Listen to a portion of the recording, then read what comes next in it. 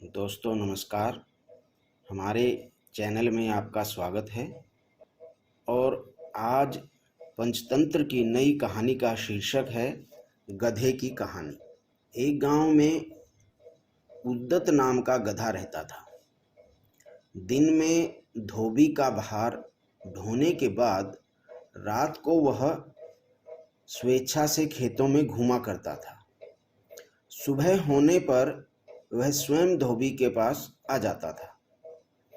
रात को खेतों में घूमते घूमते उसकी जान पहचान एक गीदड़ से हो गई। गीदड़ मैत्री करने में बड़े चतुर होते हैं। गधे के साथ गीदड़ भी खेतों में जाने लगा।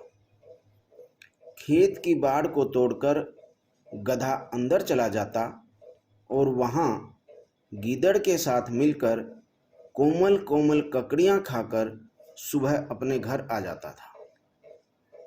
एक दिन गधा उमंग में आ गया। चांदनी रात थी।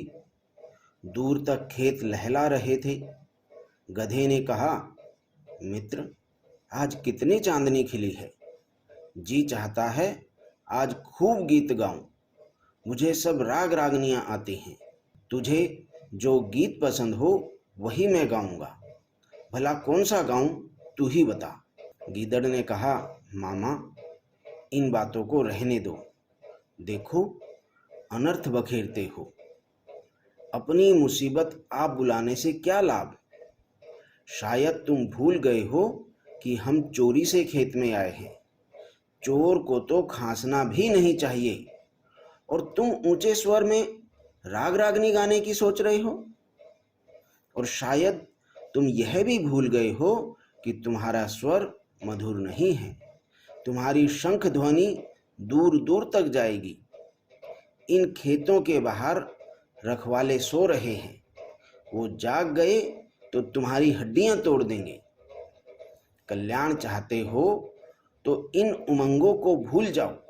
आनंद पूर्वक अमृत जैसी मीठी मीठी ककड़ियां खाओ, अपना पेट भरो और आनंद करो।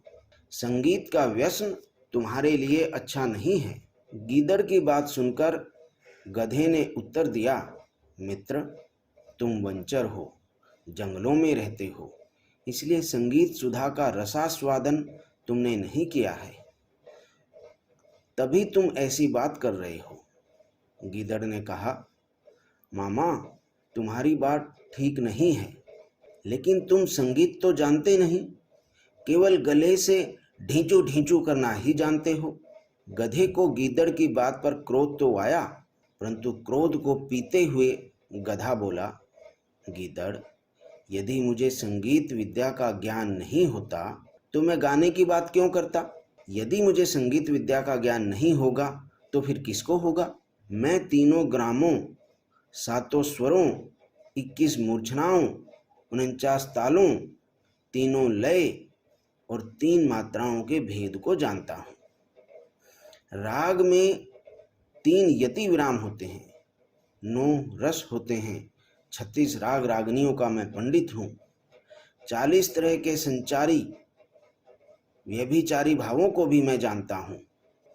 तब तू भी मुझे रागी नहीं मानता, कारण कि तू स्वयं राग विद्या से अनभिज्ञ है। गीदड़ ने कहा, मामा, यदि यही बात है तो मैं तुम्हें नहीं रोकूंगा। मैं खेत के दरवाजे पर खड़ा चौकीदारी करता हूँ और तुम जैसा जी चाहे वैसा गाना गा लेना। गीदड़ के जाने के बाद गधे ने अपना आलाप शुरू किया। उसे सुनकर खेत के रखवाले दांत पीसते हुए भागे भागे खेत में आए। वहां आकर उन्होंने गधे को लाठियों से मार मार कर जमीन पर गिरा दिया। उन्होंने उसके गले में सांकली भी बांधी। गधा भी थोड़ी देर कष्ट में तड़पने के बाद उठ बैठा। गधे का स्वभाव है कि वह बहुत जल्दी ही कष्ट की बात भूल जाता है। लाठियों की मार की याद मुहूर्त भर ही उसे सताती है। गधे ने थोड़ी देर में सांकली तुड़ा ली और भागना शुरू कर दिया। गीदड़ भी उस समय दूर खड़ा तमाशा देख रहा था। मुस्कुराते हुए वह गधे से बोला, क्यों मामा, मेरे मना करते करते भी तुमने आलापना शुरू कर दिया, इसलिए तुम्हें दंड मिला। मित्रों की सलाह का तिरस्कार करना उचित नहीं है। मित्रों की सलाह माननी चाहिए, नहीं तो ऐसी ही हालत होती है।